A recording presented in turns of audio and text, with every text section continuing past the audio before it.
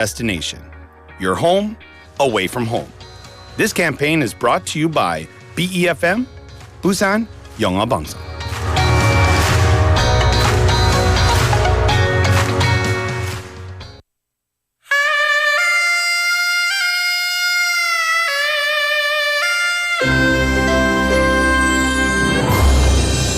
The time is now 7 o'clock.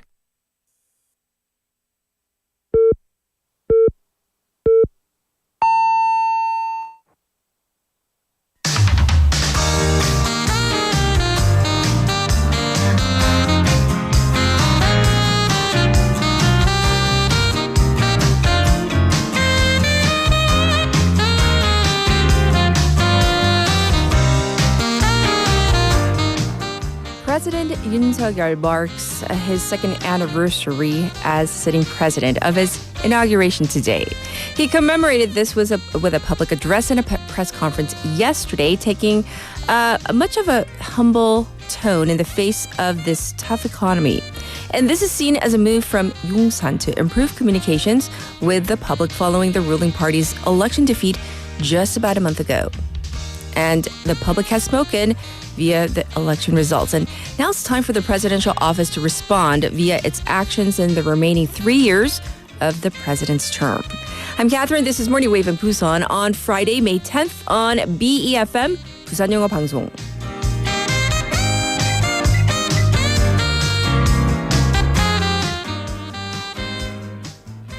Good morning, Wavers. It is Friday at last. Welcome to our program. And taking a little peek out the window, thus far, it looks to be a really beautiful sunny day.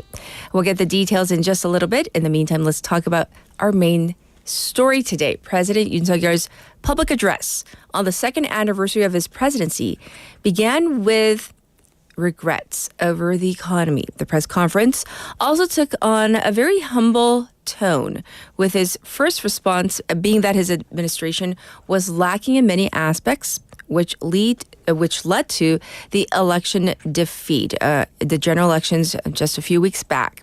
So although Yoon addressed many aspects of his presidency, one core message was over the people's livelihoods, especially the cost of living. So he acknowledged the difficulty in containing the price increase for food and dining out items and emphasized that, every economy-related ministry is working on this. The president also set a goal of reforming the national pension system within his term. He said that the pension problem could not be delayed any further and vowed cooperation with the National Assembly to bring about social consensus for pension reforms. The president gave his public address from his Yongsan desk with a plaque that says, "The buck stops here." And that's a quote from President Harry Truman, a gift from U.S. President Joe Biden. And this quote means basically, one accepts full responsibility, and that seems to be the direction the president is taking after 2 years in office. All right, that is once again our main story. We'll be continuing on that thread. In the meantime, let's get to our topic for today. We're going to talk about sleep preferences because, yes, this is a real thing. 여러분의 수면 선호 요소들은? Okay, here we go. Are you ready? Do you prefer sleeping in the complete dark versus with a nightlight? 완전한 어둠 혹은 빛 있어도 괜찮다. Okay, so choose between those two. And then we have total silence versus white noise. 완전한 고요, like really quiet, versus 백색 소음. And then finally, cool environment versus warm. 시원한 온도 아니면 따뜻한 온도. I, for one, well, I'll give you my responses in just a little bit. I want you to think about that. So your sleeping preferences, you can send in your responses to BFM's live stream live chat on YouTube. Also pound 9050, that's going to cost you 101. You can reach me through Kakao Talk as well. And you can listen to us and also watch us through our YouTube live feed right now. It's in real time. And you can use that platform to watch again at your leisure. We also have the Pop-Up app that's all for your convenience. Looking ahead to our morning together, it's Friday. We have Casey with Foreign Press Highlights, Laura with What in the World. And on that note, with our text topic for our special interview, we're going to be talking about whether we should get a sleep divorce. The big D. Shall we call it the SD? Not just a divorce, a sleep divorce. Should we be sleeping separately from our significant other? That is a question that actually many people are asking these days. We're going to find out what's best for us with our expert. That's coming up in hour number 2. I'll be back with today's headlines.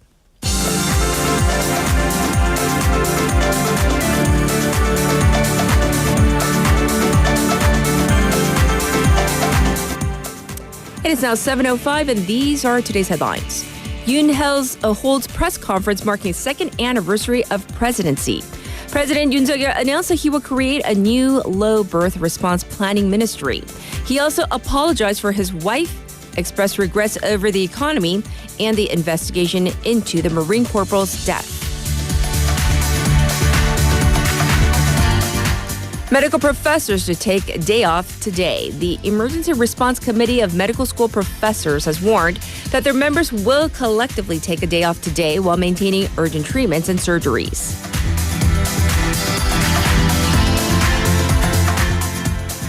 Ex-finance minister elected new PPP floor leader. Former finance minister and two-term lawmaker Chu Kyung-ho will lead the minority ruling party in the new National Assembly against a rival party's new floor leader, Park Chan-dae.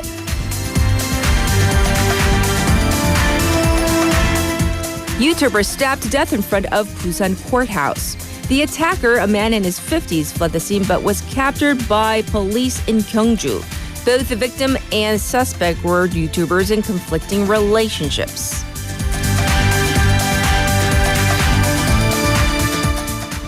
Fighting intensifies in Rafah as U.S. decides to hold arms from Israel. More than 80,000 people have fled the city of Rafah since Monday, as Israel's closure of the southern city is choking off aid into Gaza, and that's according to the United Nations. This was News Headlines.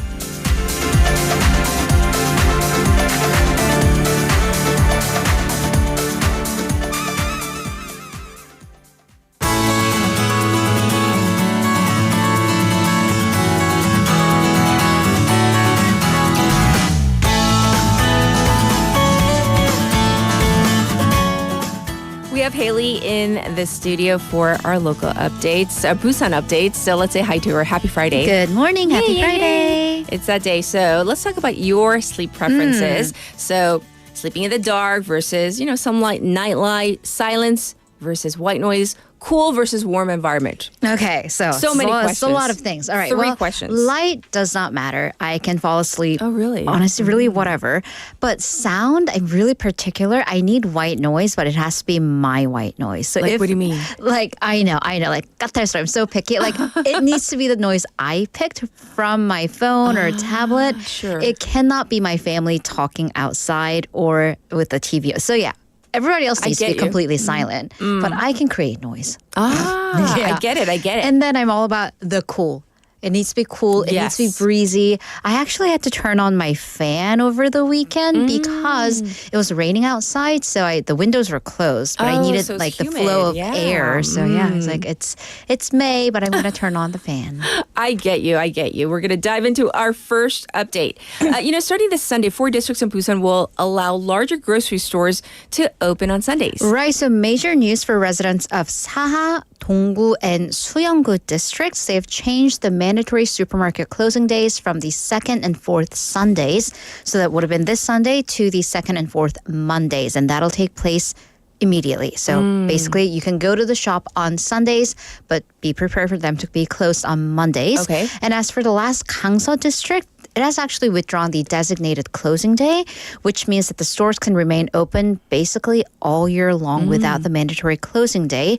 But one of their major stores has decided for themselves that they will remain closed to allow for traditional markets to get that influx of customers. Okay. So this includes not only the large major chain grocery stores, but also these corporate, smaller but still corporate franchise supermarkets. So basically check accordingly. And this comes after these calls calls for the laws to change regarding large supermarkets being required to close twice a month to lessen the competition for traditional markets. But it's deemed that in this market, basically, the in-person stores are not competing with each other. They're competing against the e-commerce giants. So that's why there have been calls for the law to change. So as for the other 12 districts left in Busan, they will change their market closing dates in July. So be prepared for that. All right. Well, once again, you got to check according to your neighborhood, your area, check with your stores. Busan City is looking to strengthen its welfare safety net to prevent social tragedies utilizing AI. Right. So Busan City announced that it has gotten approved from the Central District for its 6 projects from 5 districts that were selected for the Interior Ministry's Smart Welfare and Safety Services project. So breaking them down, in Namgu, they have a safety and welfare program that will receive support from the ministry for funding. In Sasangu, it's seeking to boost welfare resources with private corporations. In Seogu, Dongnae, Haeundae, and Sasang districts, they're using these checking in mail services. So what will happen there is that they'll have the post office workers, mail delivery people, regularly visit these socially isolated households to give them things like the trash bags and everyday necessities. And while they're there, check in how the individuals are doing and also reporting it to the authorities if they see any red flags or danger signs. Yes. Although also in Busanjin and Pukgu districts, they're utilizing the community, having neighbors alert the authorities via a mobile app in cases of concerns of, them having not seen their elderly neighbor in a while, seeing any mail or milk piled up. And in terms of the artificial intelligence utilization, actually, they'll have AI call people who may qualify for these welfare programs and have AI hold preliminary interviews via automated responses and get information.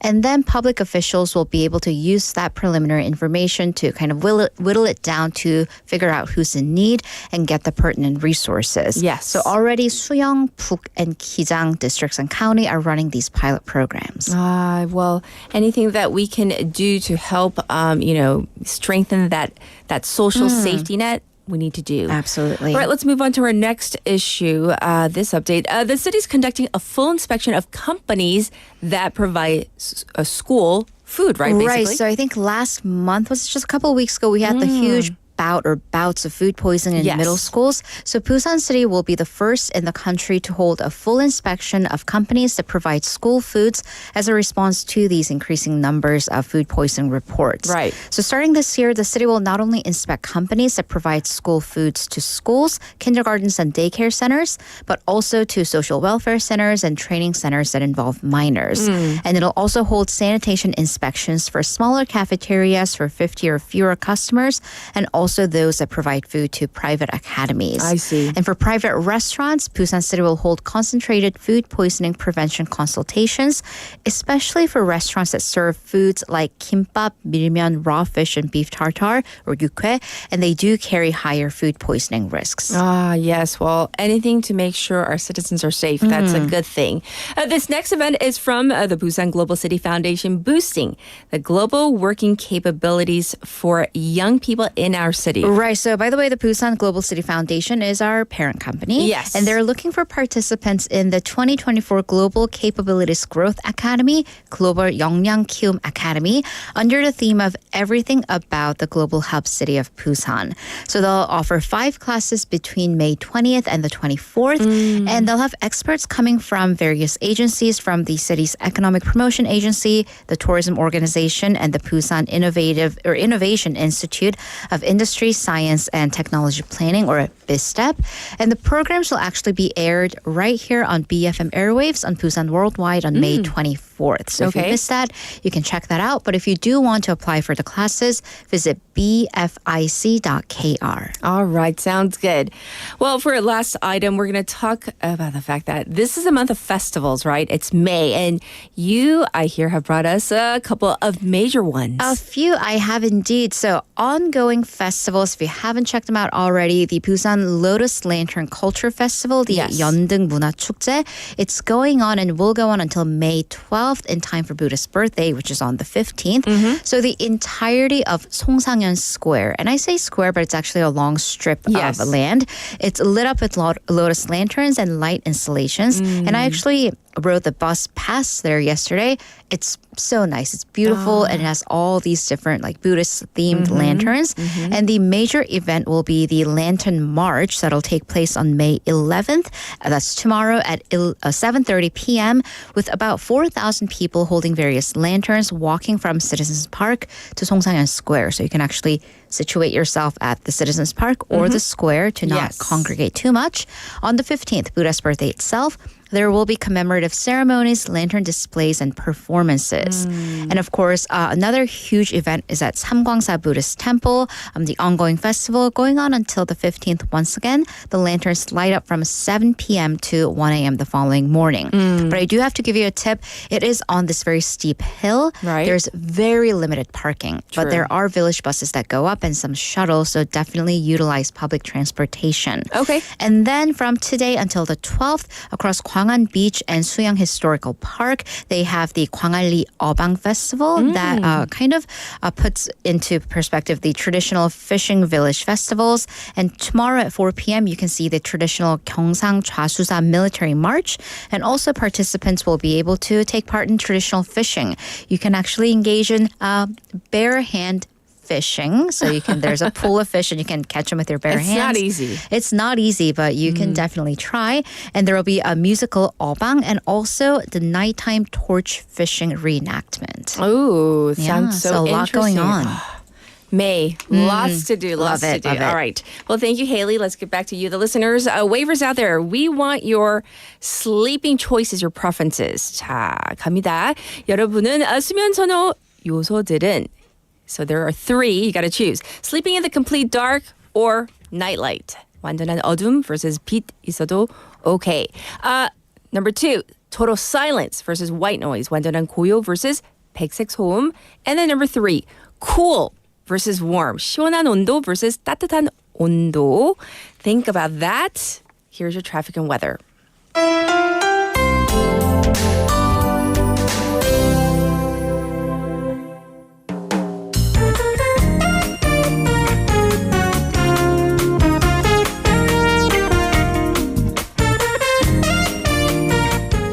It is now 7:16 on this Friday morning. Here's your traffic report.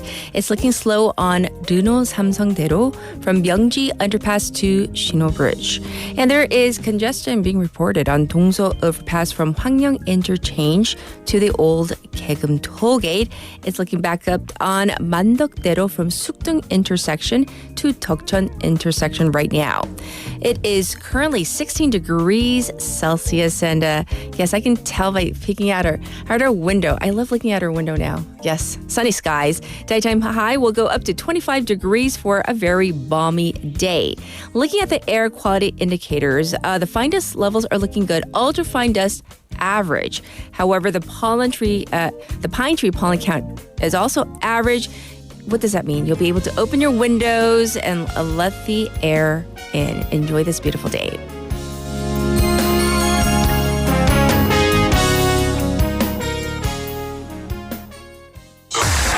Check this out. This is Morning Wave Busan. Everybody, wait a minute. This is Morning Wave. Morning Wave. You are listening to Morning Wave. Morning Wave in Busan. What show is this? This is Morning Wave in Busan. Here we go. Morning Wave in Busan.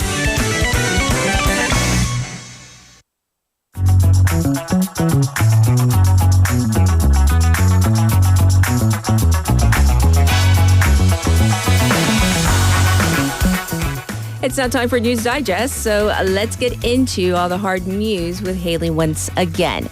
All right, Haley, let's go through some other major points from President Yoon Suk-yeol's press conference yesterday. Right, so you talked more about the livelihood and economy issues, and now I'm going to talk about the more controversial political matters. So first, we have to talk about his wife, Kim Gun-hee, and her allegations that she accepted a luxury bag from a Korean-American pastor back in 2022. Right. And President Yoon actually called his wife's conduct, quote, unwise and apologized for this, causing concern to the public. Right. And this is actually the most, and some might say even the first direct expression of regret regarding this case ever since that video emerged last year.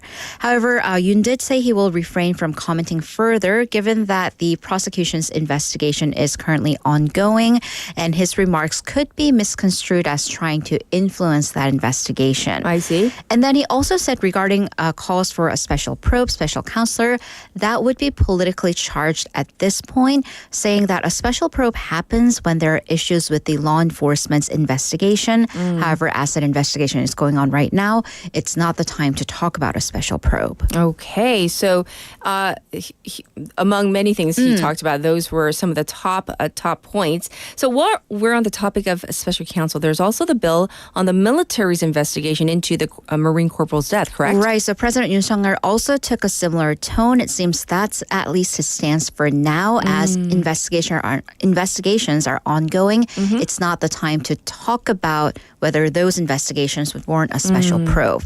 So once again, he emphasized the need for a full truth investigation into the parties responsible and also to recover the victim's honor and dignity. And Yoon also said that the country should watch the ongoing investigations and the judicial process.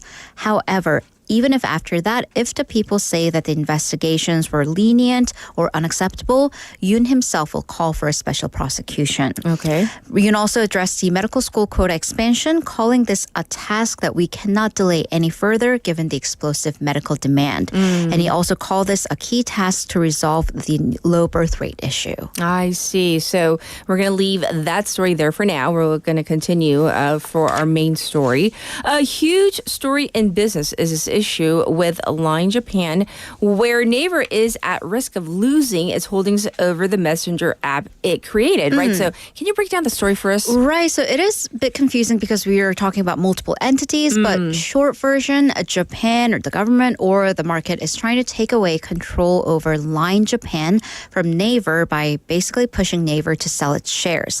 So first, we really need to break down the players and how they work in this situation. So we, of course, have Naver, which developed the messenger app Line. Yes. And then specifically Line Yahoo's CPO, Chief Product Officer Shin Jung-ho. He's been called the father of Line because he, well, not single-handedly, but he is kind of the face of Line's development. And then going to Japan, we have Line Yahoo, which runs the Line Messenger in Japan. Yahoo, by the way, is one of the biggest internet platforms in Japan. I see. And then we have A Holdings, and that's a joint venture between SoftBank and Naver. So A Holdings oversees the operations of Line Messenger service and Yahoo Japan. And SoftBank is a multinational investment holdings firm. Okay. So those are the players. So what's been happening is Line Yahoo had Shin Jung-ho from Naver step down from Line Yahoo's board of executives. And it's also strongly requesting Naver to change its share ownership, having basically SoftBank buy out the rest of Naver's shares in the A Holdings. So right now, SoftBank and Naver currently have a 50-50 stake in A Holdings. If Naver loses even 1%, then they don't have the 50-50 share. So that's a very sensitive issue. Okay. So as for A Holdings, it controls about 65% of Line Yahoo Corporation shares.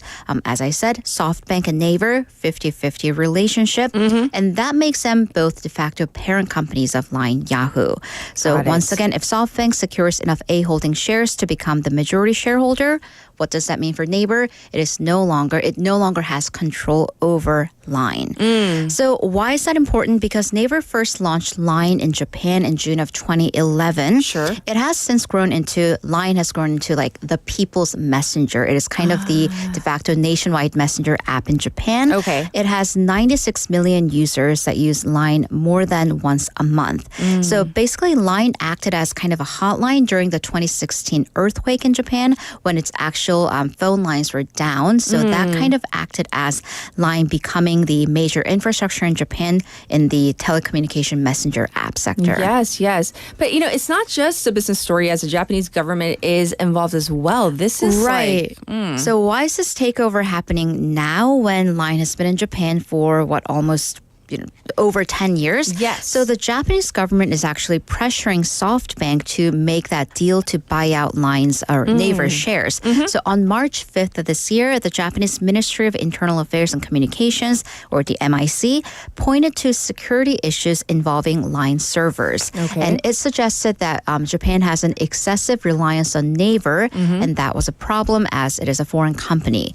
So the ministry issued an administrative guidance demanding that SoftBank re-examine the influence of Naver's capital. Oh. So in response, Line Yahoo management issued a report containing measures to prevent a relapse in security. However, the ministry still declared that the measures were not enough, issuing another administrative guidance in April to re-examine the capital structure once again. They're really raising eyebrows. So it's really pushing SoftBank to buy out Naver shares. Sure. And even the Japanese press commented on how that's actually really unprecedented for a government agency to exert that much influence in corporate matters. Okay. But pundits say that basically given Line's extensive influence over Japan's economy via its different services, and you can actually think of Line as being very similar to how Kakao operates in Korea, not only a messenger, but a lot of other platforms as well. Right. So it really doesn't like half of Line shares being owned and controlled by a foreign company.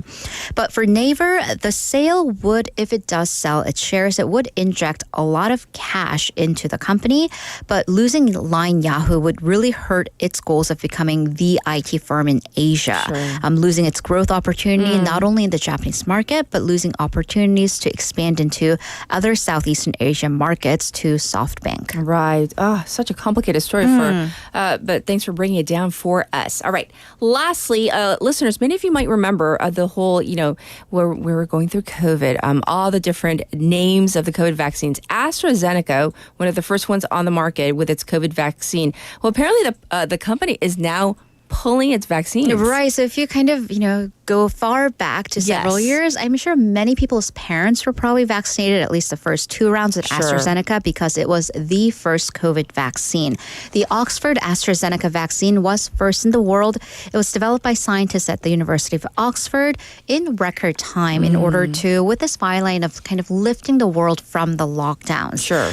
By the way, it usually takes about 10 years to develop an entirely new vaccine. They did it in 10 months. So it was far cheaper and easier to store than the other COVID vaccine, especially the mRNA types. So the pharmaceutical giant AstraZeneca had agreed to manufacture it in mass for basically the world. But after it was doled out, you probably remember even in Korea, there were these unusual blood clots that had emerged as a rare side effect. And I do have to say, it has had a lower percentage than just birth control pills. But it did occur in about 2 to 3 people for every 100,000 of those who were vaccinated. Yes. Back in February of this year, AstraZeneca did admit that the vaccine in rare cases can cause a blood clot. And that was linked to, in the UK, at least 81 deaths and hundreds of people suffering serious symptoms. And actually, the victims are currently in lawsuits against AstraZeneca. I see. However, AstraZeneca says that this is not the reason that it's pulling its vaccine? Right. So AZ said that the decision was made because of commercial reasons. Now there is a huge variety of newer vaccines, especially those with mRNA technology that can adapt to target COVID-19 variants. And that has thus led to a decline in demand for AstraZeneca vaccines, and it's actually no longer being manufactured or supplied. So AstraZeneca also said that over 6.5 million lives were saved in the first year of the pandemic. And experts do agree that AstraZeneca's vaccine played a pivotal role in the initial global response. Yes. However, once again, AstraZeneca targets what's now considered in virus terms ancestral variants of COVID, and the world has now moved on to a vaccine chain that can chase variants in that are newly emerging. Yes, and just as a reminder, COVID is still out there. It is still out there. So there are different strains, but it seems like we are dealing with a situation. So no longer a pandemic as we see it. So thank you so much for all the news. Haley, we'll check in with you in hour number 2. See you in a bit. All right. And now we are ready for our first song break. So how about this one for Friday? Memories by Maroon 5.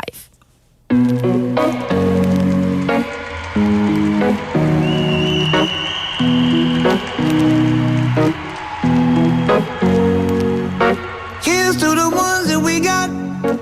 Cheers to the wish you were here, but you're not. Cause the drinks bring back all the memories of everything we've been through. Toast to the ones here today. Toast to the ones that we lost on the way. Cause the drinks bring back all the memories. And the memories bring back your. There's a time that I remember when I did not know no pain. When I believed in forever and everything would stay the same. Now my heart feel like December when somebody say your name. Cause I can't reach out to call you, but I know I will one day. Yeah. Everybody hurts sometimes, everybody hurts someday. Yeah, yeah. But everything gon' be alright. Gonna raise a glass and say, hey. Here's to the ones that we got. Cheers to the wish you were here, but you're not. Cause the drinks bring back all the memories of everything we've been through. Toast to the ones here today. Toast to the ones that we lost on the way. Cause the drinks bring back all the memories.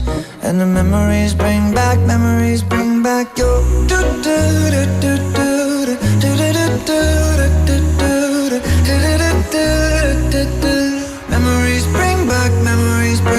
your. There's a time that I remember when I never felt so lost. And I felt all of the hatred was too powerful to stop. Now my heart feel like an ember and it's lighting up the dark. I'll carry these torches for you, and you know I'll never drop. Yeah. Everybody hurts sometimes, everybody hurts someday. Yeah, yeah. But everything gon' be alright. Gonna raise a glass and say, hey. Here's to the ones that we got. Oh, cheers to the wish you were here, but you're not. Cause the drinks bring back all the memories of everything we've been through. Toast to the ones here today. Toast to the ones that we lost on the way. Cause the drinks bring back all the memories. And the memories bring back your. Memories bring back your.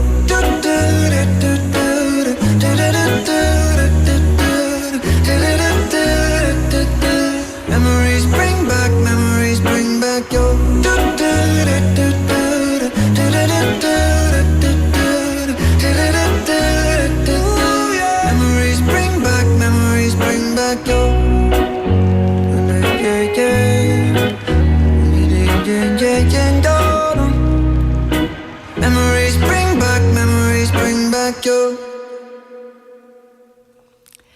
All right, listeners, it's now 7:31 on this Friday morning. And so let's get back to our main story. We're looking back at the 2 years under the Yoon Suk-yeol administration. The president began his term on this principle of free market economy, pledging reforms across labor, the pension system, and education. However, he was faced with challenges from the parliament, which was and will be once again controlled by a Democratic Party, a DP majority. This legislative bloc, as well as challenges from the global economy, led to, we'll say, a lack of results, prompting calls for responsibility from the administration and the ruling party. And so the administration also faced criticism on its lack of communication. This was evident in the big R&D budget cuts last year and the sudden change also in the CSAT to remove those killer questions just 150 days before the exam. And the way the presidential office responded to criticism, I think also added to the lack of communication or, at least the perception of such. The president suddenly stopped taking press questions on his way to work in those so-called doorstepping interviews, if you remember, as well as excessive responses from his security, maybe, and dragging away people, sometimes, with the muffling, covering their mouths, people who spoke out against the president at various events. The presidential office is definitely showing signs of trying to rectify this, to communicate more, including in yesterday's press conference and the meeting with the opposition leader. And the key will be making sure that this lasts during the remaining 3 years, that it's not just for show, that there is actual change. We're going to be keeping on top of this. Back to your sleeping preferences. Okay, so remember there are three questions. It's just a verses. There's no correct or incorrect answer. So do you prefer number 1, sleeping in the complete dark versus having a nightlight on? 완전한 어둠 혹은 빛이 있어도 괜찮다. Number 2, total silence versus white noise. 완전한 고요 versus 백색 소음. And then the third choice you have to make. Cool versus warm environment. 시원한 온도 versus 따뜻한 온도. Tough choices. Actually, most of you are very sure of yourself. Like, this is something that you definitely know, it seems. So we have 윤정 Waver who says, 어둠, 고요, 시원. 수면 취향입니다. So basically dark, quiet, and cool. Oh, we are kindred spirits. That's what I prefer to.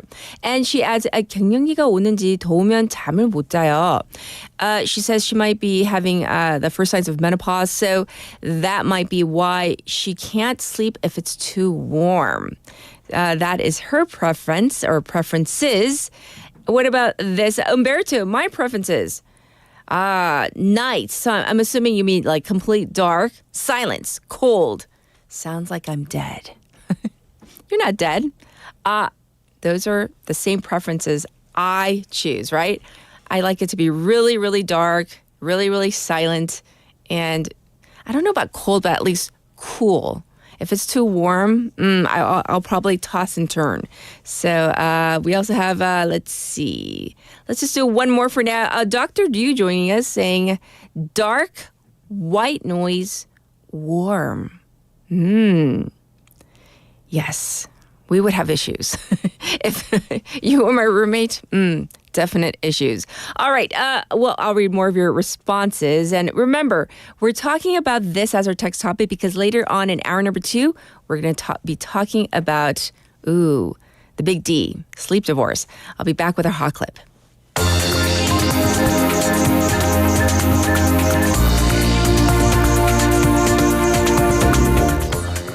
For today's hot clip, I want to talk about a presidential candidate. Not Joe Biden, not Donald Trump. Robert F. Kennedy Jr. He is running as an independent.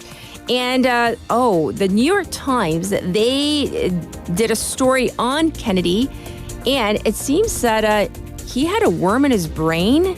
Let's listen to the clip from ABC News.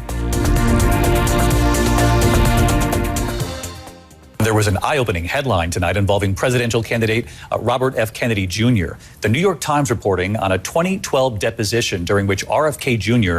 said doctors once found a parasite, a dead worm, in his brain.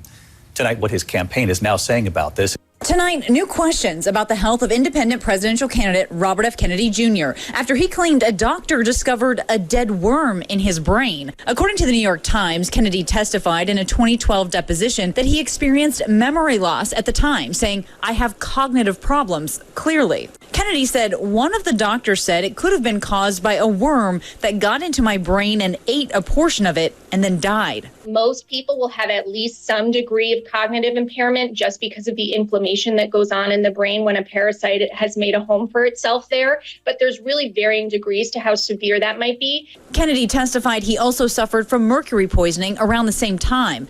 Doctors interviewed by ABC News say both conditions could cause a wide range of health problems, but for most people, the impacts are often short-lived. The 70-year-old has touted himself as a physically fit alternative to President Biden, 81, and former President Trump, 77, the oldest candidates to ever run for the White House.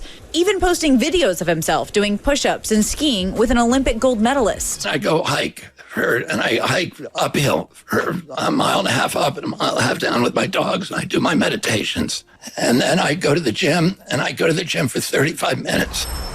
And David, Kennedy's campaign tells us he did have a parasite, but that the issue was resolved more than 10 years ago, and that questioning his health is a hilarious suggestion given his competition. Well, speaking of the competition, as that clip pointed out, yes, the oldest ever candidates running for the major parties.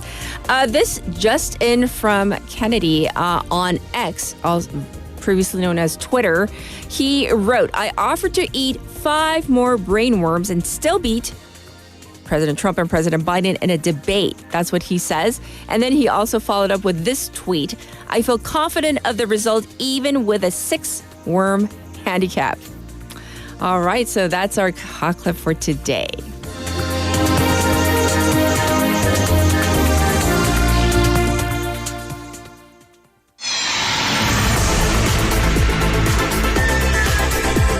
Stay tuned.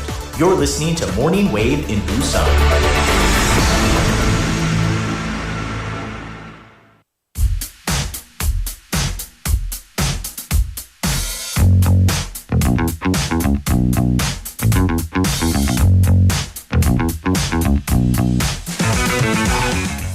It's time to chat with Casey. He's in the studio for Foreign Press Highlights. Good morning. Good morning to you. I like the green. How about my friend Greta? And more green. Yes. It's green and green today. Yes. Green Friday. I wanted like to match her today, yes. Yeah, I like. You like? Yeah, you brought the plant in? Oh, yes.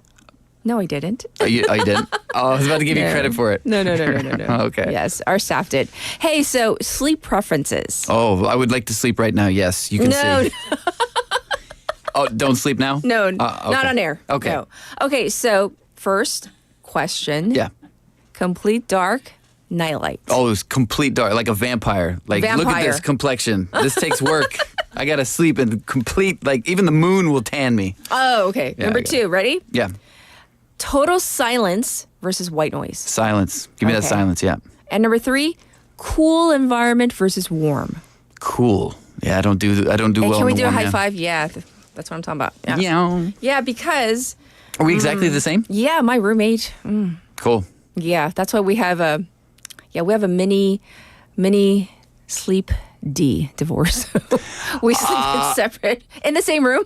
Separate Gotcha. beds. I gotcha. I totally because of get that. the temperature difference. It's like he likes to have like the blanket on the that electric blanket. Yeah, like all the time, like almost year round. Are they conspiring against us? I don't know, but it's just I can't deal with it. I can't either. I just like wake up in a sweat and I'm like, who turned this on? You. Yes, exactly.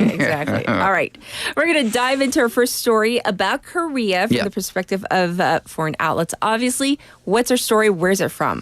Well, our first story from this week is probably like the biggest story internationally in the week. I saw so many headlines on this. I decided to go with the Japan Times, obviously Japanese outlet.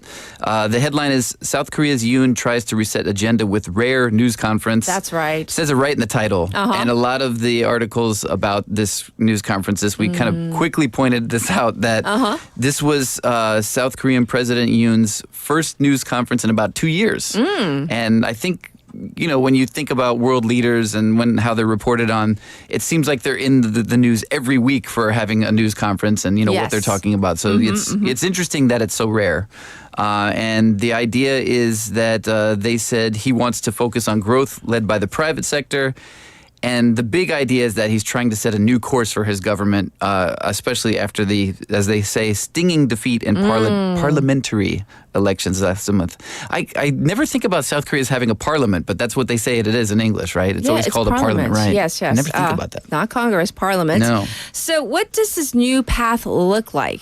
So he said, quote unquote, for the next 3 years, we will listen closely to the voice of the people and work to improve their livelihoods. I think this kind of goes directly to, as a response of, you know, what happened with the election. You know, if people obviously chose the other party, then, okay, we're going to have to change our focus. Yes. He said the government has fallen short in some areas, but added there are green lights ahead for the economy. Also making big news in all of these articles was the idea of creating a ministry to boost the fertility rate here. Big headline around the world. Actually. Right. Yes. You know, a lot of people are kind of paying attention, like, okay, what will that do? What will that look like? He also called for raising the basic pension to 400,000 won a month. And also he pledged to overhaul his administration after the election loss and work with Parliament to advance structural reform for the labor, education, pension, and medical systems. That's a lot. That's a lot of things to do. A lot on the agenda. Right. Japan Times says, quote unquote, he has little room to maneuver after the election in which the progressive opposition bloc led by the Democratic Party increased its majority to 192 seats in the 300-seat unicameral parliament. Yes, yes, indeed. So, does the Japan Times think it's going to be relatively easy for Yoon to work with the new National Assembly, the 22nd one? But, as you said, 192 seats, right. Opposition. That's a pretty big majority. Yes. Apparently not. If you read the article, it looks like it's not going to be easy. They say one of his most pressing tasks might be trying to thwart plans from the Democratic Party for probes that could embarrass his government, including one concerning the First Lady. The Democratic Party, also making headlines with this internationally, has sought legislation to start an investigation of President Yoon's wife, Kim Gun-hee, after a secretly recorded video surfaced several months ago. We've all heard this story that showed her apparently being gifted a luxury handbag. President Yoon and his wife have denied any wrongdoing, and the president said this whole idea is a political maneuver. So sure. I'm sure we'll hear a lot more about that again. But another thing that was making headlines this week was on Tuesday, President Yoon appointed a former prosecutor as the new senior secretary to the president for civil affairs. It's interesting because this is a post he had previously removed, citing excessive power it could wield on government agencies, including the prosecutor's office. And Yoon is going back to saying that, this is an idea directed at listening to public opinion. Yes. But the opposition is obviously criticizing this, saying this is an appointment as an attempt to control prosecutors. So it seems like throughout the article, there's not much common ground. Well, that is definitely. I also not read. I didn't read this particular article, but I did try to read at least 3 articles. There's plenty, right? Yeah, there's so many. There's a lot covering this. This is like big news. So thanks for covering that. Yep. Let's move on to our next story. What's it about? Okay, this one is from Reuters, and this is all about the LGBTQ event that's going to take place in Seoul this year. So there's a big announcement on Tuesday. The organizers of the annual LGBT gathering known as the Seoul Queer Culture Festival. The festival is actually going to take place in the capital streets this year. And the headline is, South Korea LGBTQ event finds home in streets after permit struggle. So obviously some difficulty getting their location.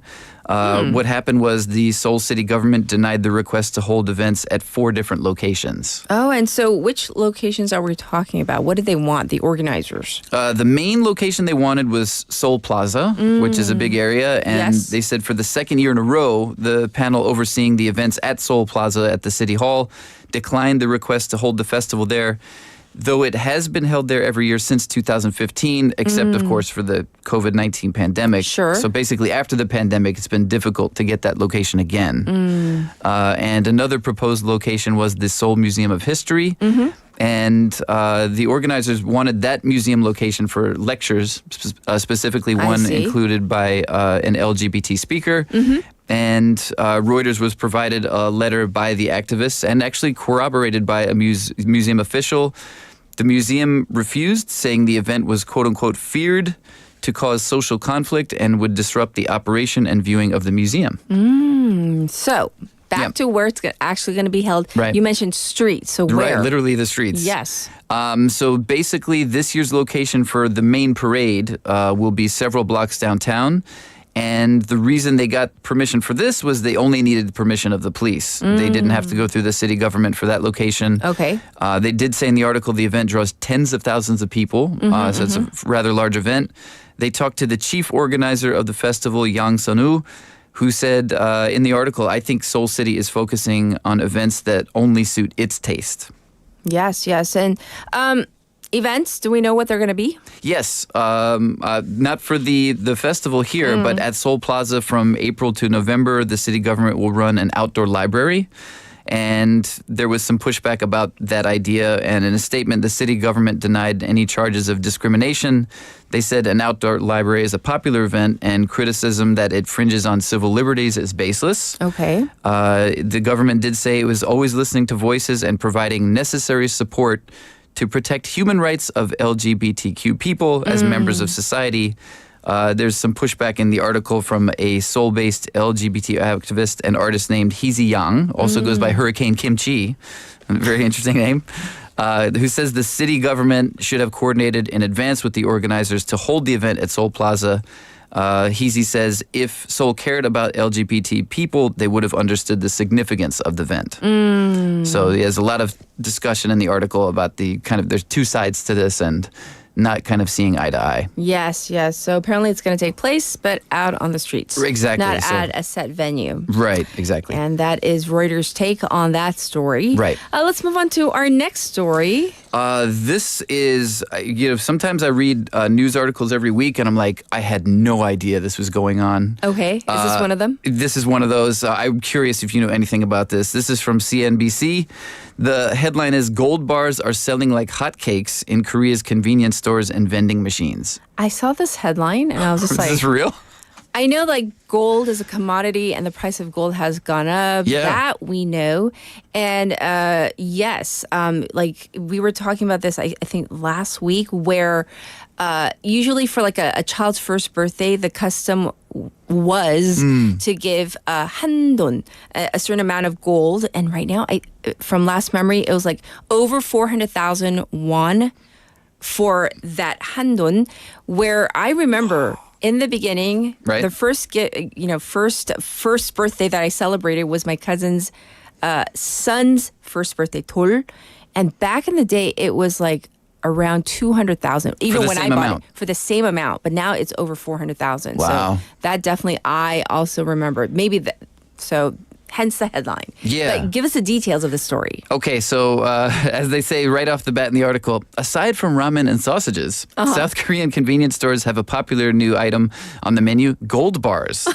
I haven't seen any gold bars. I'm going to go look today. 피디님 보셨어요? No, but apparently this is taking place at the largest convenience store chain. You might know what it is. They've been collaborating with the Korea Minting and Security Printing Corporation to offer customers mini gold bars, and they're selling like hotcakes. The article keeps referring to hotcakes. Such an old reference.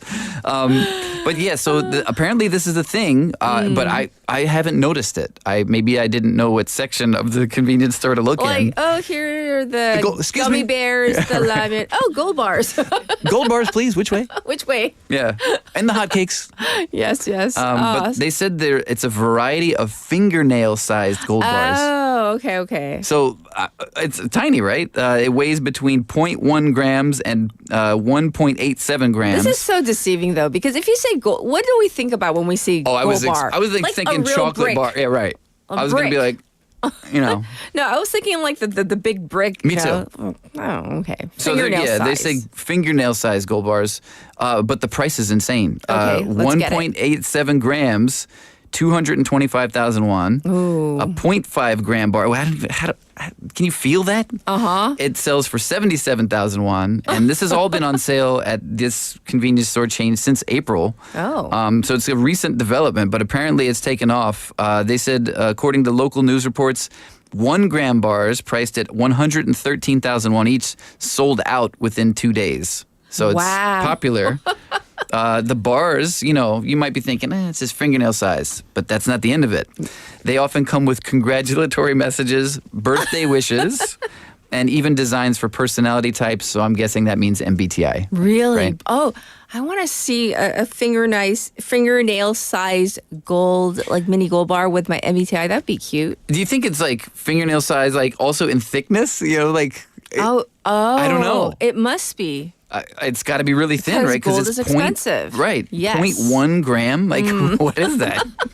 I don't even know. Right. I have a kitchen scale, and 0.1 is it's almost air. Right. Could you feel that? No. How are you going to secure that? That's like a leaf. Right. Do you put it in your pocket after you buy it? Where do you keep it? Well, who's buying this? Well, they did say, according to the article, it's people in their 30s who are most actively buying these gold bars. They account for over 41% of the total sales since this has started. So that age group, for whatever reason, and then they're followed by people in their 40s, which would be moi. I haven't bought one yet, but that's 35% of sales, followed by people in their 50s at 15.6%. Interestingly to me, people in their 20s accounted for only 6.8% of all sales. So the young people, they're not buying it. Interesting, though. It is. Yeah, and the age spread.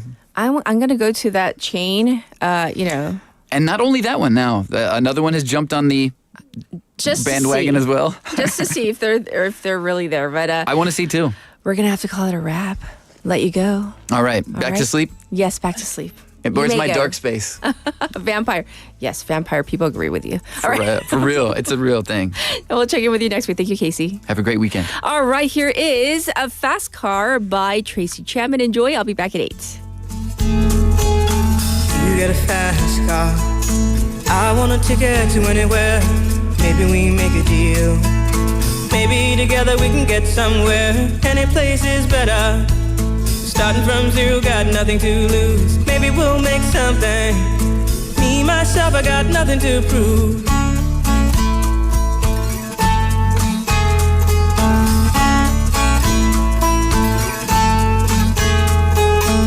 You got a fast car. I got a plan to get us out of here. Been working at the convenience store. Managed to save just a little bit of money. Won't have to drive too far. Just cross the border and into the city. You and I can both get jobs and finally see what it means to be living.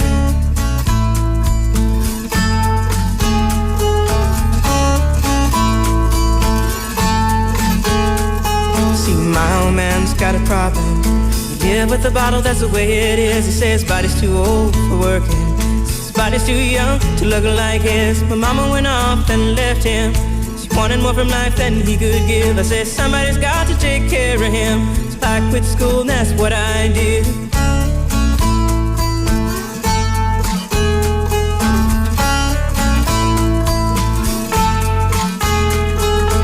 You got a fast car. Is it fast enough so we can fly away?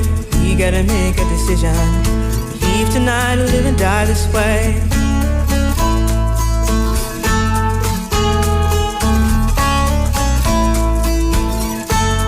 I remember when we were driving in your car. Speed so fast I felt like I was drunk. City lights lay out before us, and your arm felt nice wrapped around my shoulder. And I had a feeling that I belonged. I had a feeling I could be someone, be someone, be someone.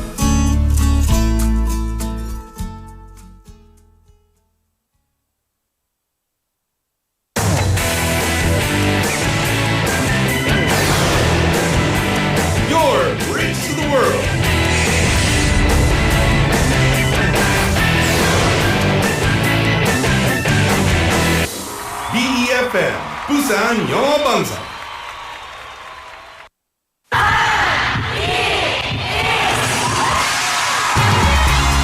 부산의 축제.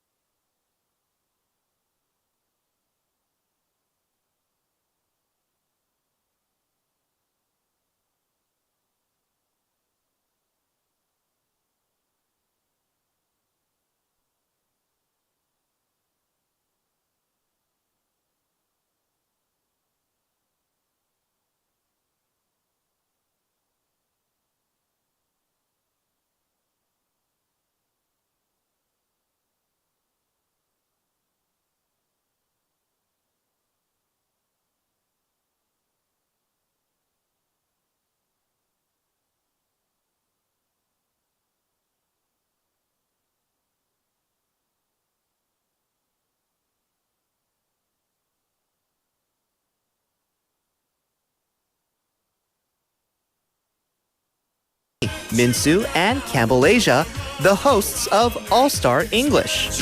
Don't miss out on the fun and exciting events for the audience as well. So make sure to mark your calendars for May 18th at 2:30 p.m. and be part of a very special day filled with music, entertainment, and memorable moments at the Busan Cinema Center. See you there!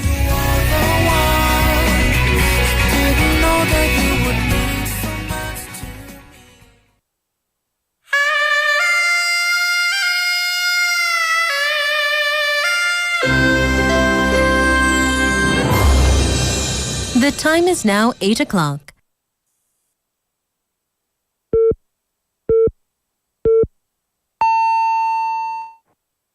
It's morning. And what a lovely morning. Dynamic Busan. Good morning. Good morning. Good morning. Good morning. Hello, Chevy. What show is this? Hello, baby. Hey, buddy. Hello, everybody. Live from Korea's dynamic city, this is Morning Wave in Busan.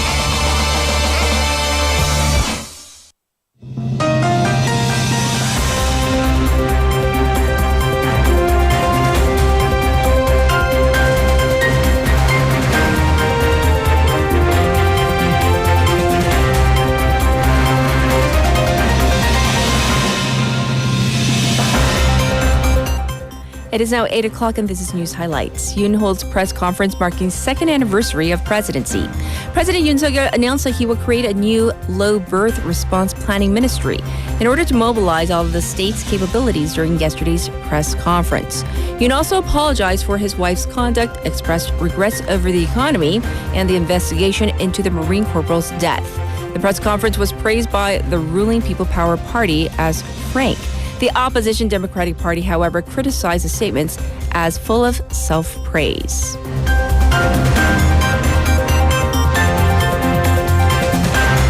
Medical professors should take day off today. The Emergency Response Committee of Medical School Professors has warned that their members will collectively take a day off today while maintaining urgent treatments and surgeries. However, it is unclear to what extent this collective action will be taken, as individuals are up to their own discretion. In the meantime, various professors' groups maintain the position that their unified demand is for the government to scrap the entirety of the quota expansion in response to the president's remarks yesterday.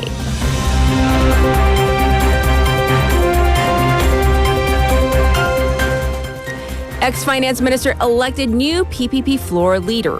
Representative Chu Kyung-ho, who served as the first finance minister in the Yoon Suk-yeol administration, was elected the new floor leader of the ruling People Power Party yesterday. The two-term lawmaker is considered to be mildly in the pro-Yoon camp. He will lead the minority ruling party in the 22nd National Assembly against the Democratic Party's new floor leader, Park Chan-dae. The rival party's first clash will likely be over special counsel bill over the military's investigation of Marine Corporal Che's death.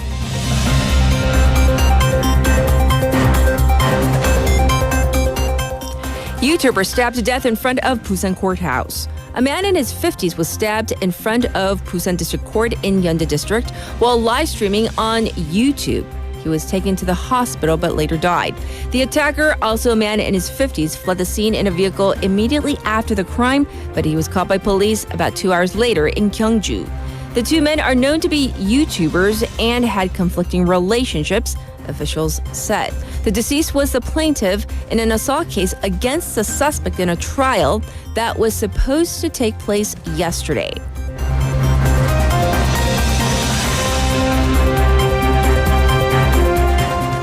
Fighting intensifies in Rafah as U.S. decides to hold arms from Israel. More than 80,000 people have fled the city of Rafah since Monday, as Israel's closure of the southern city is choking off aid into Gaza. That's according to the United Nations. Hamas fighters are firing rockets and mortars at Israeli troops and tanks as they enter Rafah. As Israel continues its shelling of eastern Rafah, U.S. President Joe Biden earlier warned that he will withhold offensive weapons to Israel in case of a major invasion into Gaza, acknowledging these weapons have been used to kill civilians. And this was News Highlights.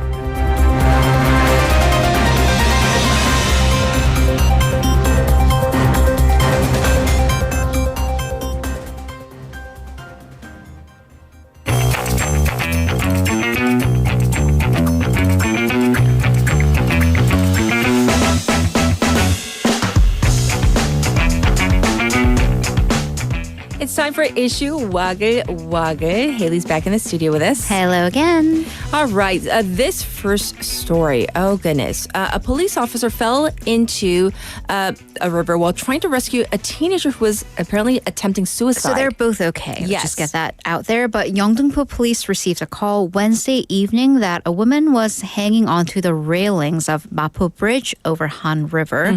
And the officers were dispatched to the scene. And when they arrived, another person, a civilian, was hanging onto her, trying to stop her from jumping. And 10 officers were rescuing her when turns out she was 17. And a 32-year-old police officer, Kim Bom-soo, he was holding onto her hand. They both fell into the river.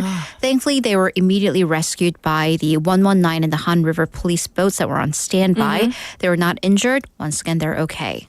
Yes. And, actually spring right now, this is a time of year where there is a high number of suicides, unfortunately. Which is unfortunate, but also surprising because during the wintertime, we do have SAD, the seasonal affective disorder. Yes. Or depression, rather.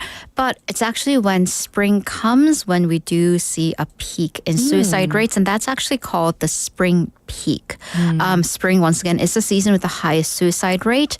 And according to Statistics Korea, the most number of suicides occurred in spring in the past 5 years. Okay. So the pattern is not unique only to Korea. According to a publication that analyzed 260 years of data from Finland and Sweden between the 1750s and 2010s, their suicide rate also increased in spring, including the month of May.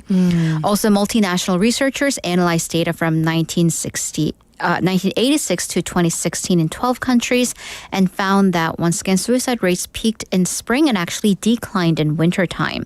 And countries that have distinct seasons, like South Korea, also showed relatively large seasonal fluctuations in suicide.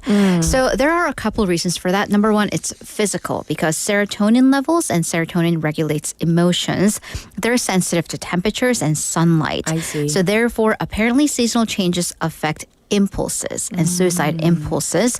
And because also kind of social reasons, emotional reasons, spring is supposed to signal a new beginning, but that unfortunately leads to more social stresses. Like I'm supposed to be doing something. I should be getting a job. I should be in school. And that really highlights people who are in the transitional phase when their friends are going off to school or starting new jobs, families, etc. And that leads to larger burdens leading to that social spring peak. Unfortunately, once again. All right. For a while, this name, Kim Mi-young, was synonymous with voice phishing.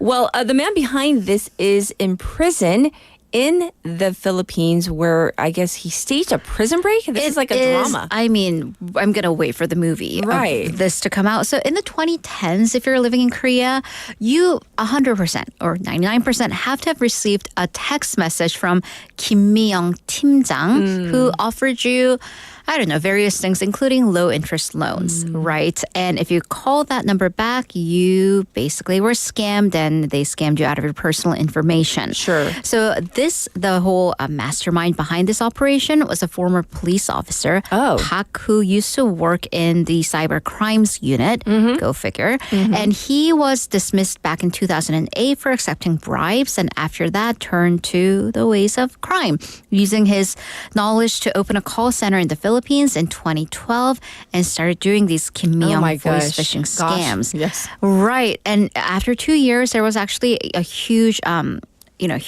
it was a huge scam leading to 20,000 victims, amounting to 40 billion won in damages. Wow. Right. And he actually managed to evade capture even after his organization was busted, and there was a massive crackdown in 2013. He was finally caught in 2021. So he managed to escape the authorities for 8 years. And so he's in the Philippines and he's jailed in the Philippines. While the Korean police agency, they have been trying to get him extradited. Yes. He would actually commit additional crimes in the Philippines to lengthen his jail sentence there. So he wouldn't get extradited. Right. So taking advantage of the fact that you need to serve out the local sentence before you are sent to your home country or whatever country is asking for your extradition. And then according to the foreign ministry here and also the Korean police, Park broke out during a transfer seemingly from the court back to his prison cell. He's still at large. The foreign ministry is working with the local authorities to capture him. Yeah, so once again, it's like, like literally it's prison break, a drama. Right. However, there is still very little information. Is that correct? So that's because the detention facility in the Philippines where he was imprisoned has zero surveillance cameras. Really? It's a jail with no cameras. No CCTV which is surprising. So actually the prison only found out that Park went missing while checking the inmates in early morning. So they only assume he got out during the transfer process. So they have no idea how he got out.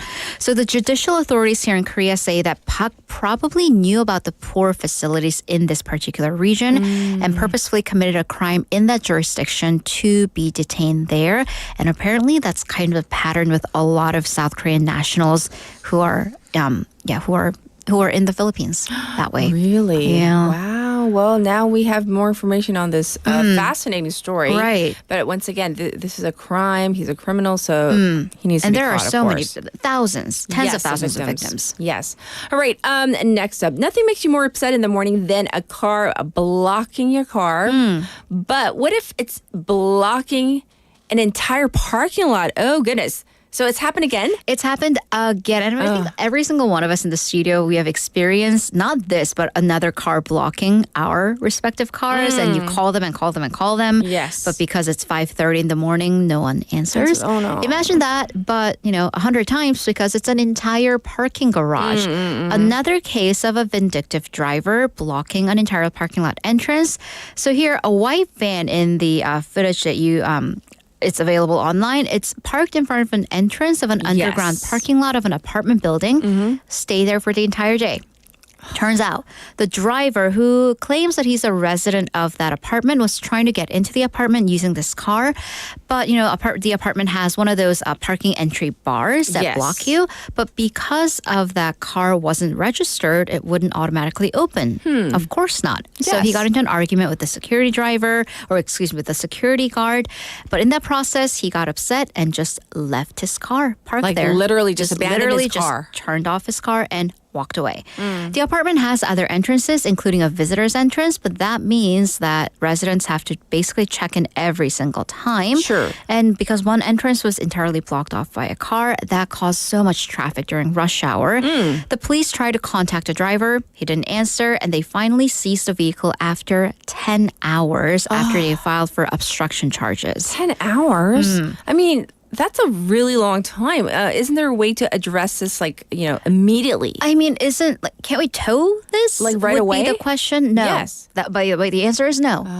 Because it's a weird loophole, because under the current law, private parking lots are not the road. So they do not fall under the Road and Traffic Act. I see. So there's so this is the only way, because you cannot immediately tow them, or private citizens, I suppose you can have it towed, but you're going to face civil lawsuits for damages.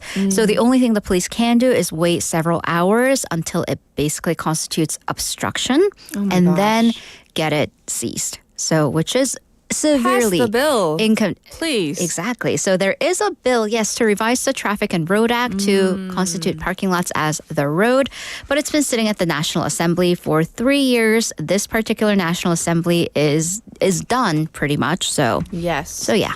Well, let's move on to a positive note, a positive story.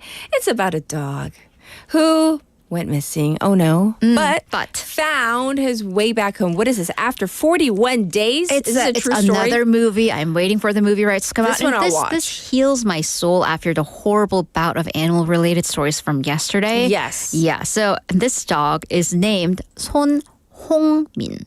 And we're going to throw up a visual real soon of 홍민이. 홍민이. Yes. Not Hungmin이. Oh. So he's a Jindo breed named by his dad who lives in Daejeon, who's a huge soccer fan, obviously. So he took 홍민이 because he was just so, and that's according to dad, handsome and smart even from a young age, to a Jindo dog exhibition on March 24th in a whole different neighborhood. But because Hongmin was only 11 months old, he got really spooked and scared by all the other dogs barking. Somehow, it's a smart dog, undid his leash and ran off. And there he is. And there on he our is. YouTube feed. Yes, indeed. 홍민이. So the owner immediately contacted Animal Rescue, the district office, and neighbors, but they just weren't able to find him. However, 41 days later on April 3rd, he heard, so he owns a scrap metal yard, he heard other dogs barking in the yard, went out, there he was. Back. He came back. He came back, number one, after 41 days. Number two, from 20 kilometers away. 20 kilos? So where he got lost is about 30 minutes by car, and he has never been there before. But somehow he navigated his way back. Yeah. So amazing. My parents used to have a Jindo also. Really smart. So smart. And they're very loyal. Yes. Yes. So happy to end it on a happy note on a Friday. Thank you for that. We'll check in with you on Monday. Thank you, Haley. Have a great weekend. All right, now it's back to you, the listeners, with your updated traffic and weather.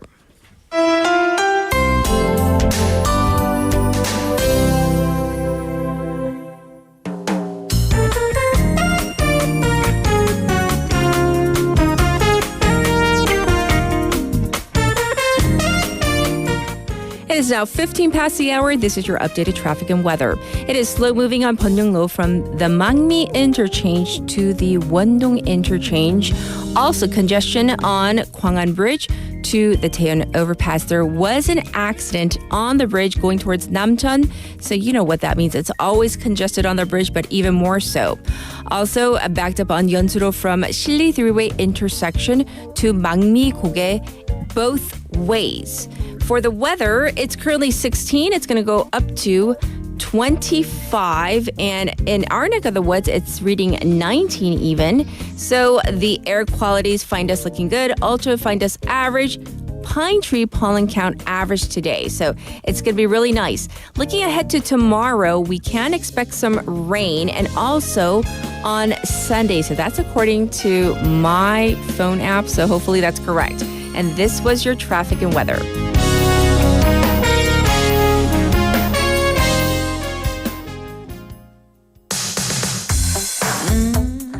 This is an oldie but goodie, Mariah Carey's Emotions.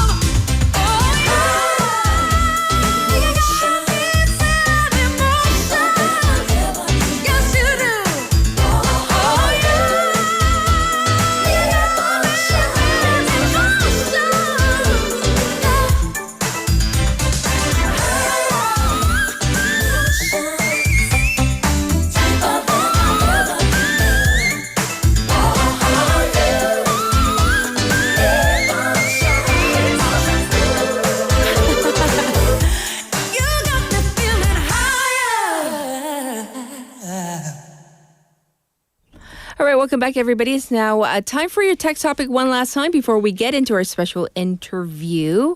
We're talking about sleep preferences. Sleeping in the dark with a nightlight on, total silence versus white noise, cool environment versus warm. What do you like? That was the whole point of our topic, because we're going to get into our special interview related to this. But I have a funny message.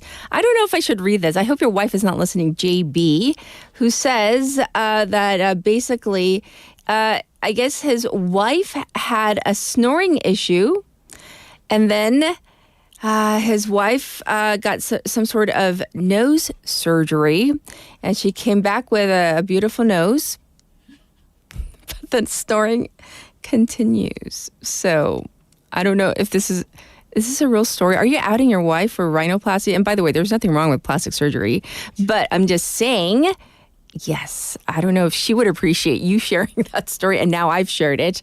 So hopefully she's not listening right now. For me, it really matters about the coolness. I like having a really cool pillow with, my comforter or blanket has to be cool. I don't like it to be warm. And there are different, preferences out there. Park Sung-il waiver wants dark, silent, and warm, right? And many people I know definitely like the warm thing, like whether it's with a blanket, comforter, or even with an electric blanket. So anyhow, that's what we're looking at. Leslie checking in with us saying, cool, dark, quiet. Oh, yes. We are kindred spirits once again. Now, I'll be back in just a moment to continue this discussion on sleep with our special interview.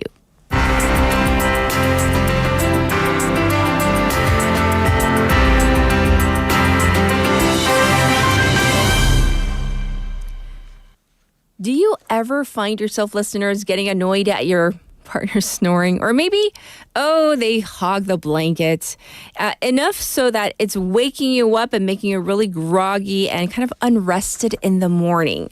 So if that's the case, this just might be the perfect time for a divorce. Not any kind of divorce, though. A sleep divorce. It's being highly touted by not just sleep professionals, but also, celebrities and influencers who have taken up with this new arrangement. And, even one of our listeners, Umberto, he always points out, it's kind of like, I Love Lucy, Lucy and Ricky, they used to have like separate beds. Is that really a thing? Let's find out. We have invited Dr. Wendy Troxel. She's an internationally recognized sleep expert, senior behavioral and social scientist at the RAND Corporation, as well as a licensed clinical psychologist, certified behavioral sleep medicine specialist, and the author of this book, sharing the covers, Every Couple's Guide to Better Sleep. So it sounds like we have our expert in place. Let's say hi to her. Hi, thanks for joining us today. Hi, thanks so much for having me. Yes. So first of all, when we think about divorce, it sounds so serious, but what exactly is a sleep divorce? How does this work in a relationship? Well, as you say, I'm personally not a fan at all of the term because it has so many negative connotations when it comes to relationships. So I really think we should divorce ourselves from that term. But the definition really is simply couples who choose to sleep apart for a variety of reasons, whether it be separate beds or even separate bedrooms. So separate beds or just altogether separate bedrooms. And how common is this right now, Dr. Troxel? Because I've heard people around me who are actually doing this very thing, whether it is in separate bedrooms or at least in the same room, but, separate beds. Well, it's very interesting because I think for many people, when they hear of a couple who is sleeping apart, they think, oh, wow, it's this really abnormal thing. And there's a lot of shame around it often. But actually, it's much more common than you might think. A recent American Academy of Sleep Medicine national survey in the U.S. found that about 1/3 of the couples that were surveyed at least occasionally choose to sleep apart from their partner. And what was really interesting about this survey is it applied to all couples, kind of regardless of age. So it's not just a sort of old couple fuddy-duddy kind of experience. Right. Even, in fact, the millennials were most likely, about 43% of millennials reported that at least occasionally they slept apart from their partner. And so what about if your significant other, whether it's, spouse, partner, etc., kind of takes offense? Like, I personally prefer kind of a very dark, quiet, cool sleeping environment versus he who prefers warm with a bit of, maybe a white noise, very, very contrasting preferences.